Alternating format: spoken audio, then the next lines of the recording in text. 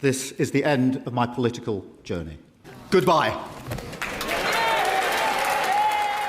The heat was definitely not on Keir Starmer today. It was very much a kind of friendly, well done, sorry you're going, well, maybe not sorry you're going, but quite an emotional event for PMQs today. His last ever one as Prime Minister. As he said at the end, goodbye, that was it, goodbye. And departed to applause from his own side and some from across the chamber. What did you make of it? I thought it was quite revealing, actually, and I think it's really interesting when incredibly senior politicians feel that they can talk more freely.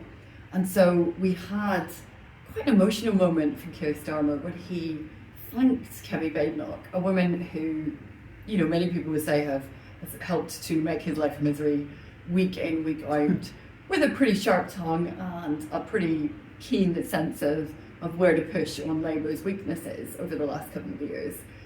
And he thanked her for her personal kindness.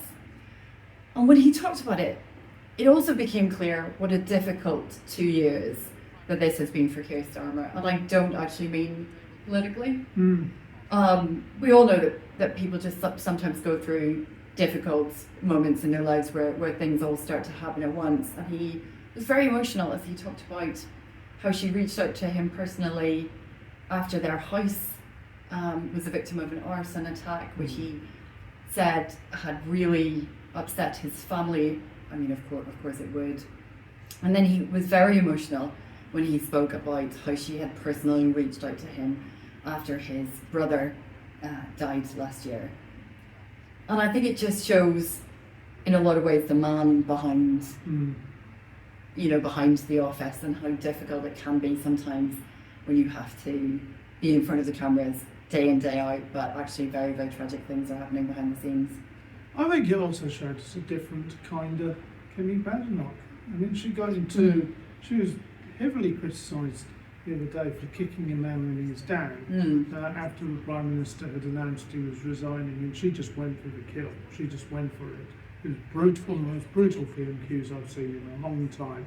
She held nothing back. But today, her questions were gentle. I thought it was a particularly lovely moment, actually, when she paid tribute to his family, who were Lady Victoria and their children, who were watching from the balcony.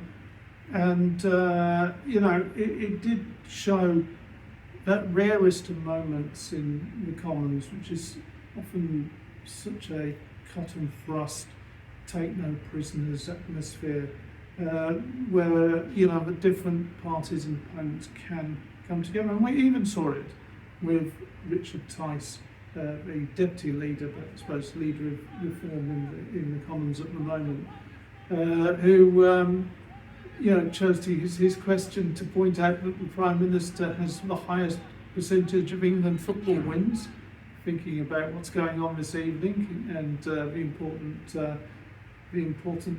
appointment that everybody has with their televisions at 8 o'clock today.